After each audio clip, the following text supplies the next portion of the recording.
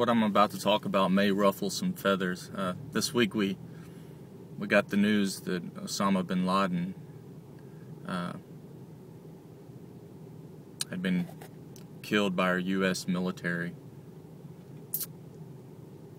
Though I was happy to see justice served, what was disturbing is the amount of people who were just ecstatic that a man was dead. Now, again, justice has been served, and as a Christian, I believe wholeheartedly in justice. I believe in corporal punishment. Even the Apostle Paul said when he was under trial that if he had done anything wrong, he did not seek to escape death. On the other hand, however, Jesus tells us to love our enemies and bless those who persecute us.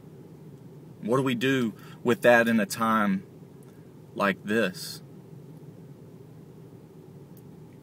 And the thing that gets me is not that I don't think that he should have been taken out.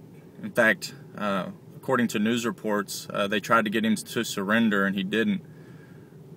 It's that people are just not only content, but they're ecstatic that the man was killed.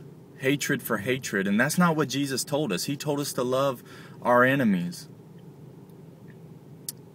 For the Christian, this time should be not sweet, but bittersweet. A man is dead without Jesus Christ. Another soul lost, an eternity in hell. And even the Usama Bin Ladens, the Christian, and I know this is hard to swallow, but the Christians should be praying for the Usama Bin Ladens of the world to turn their hearts to Jesus Christ.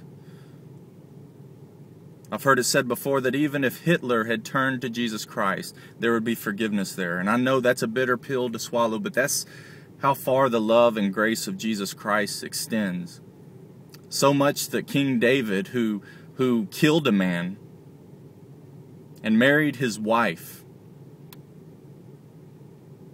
there was room for forgiveness. In fact, the Bible says that he was a man after God's own heart.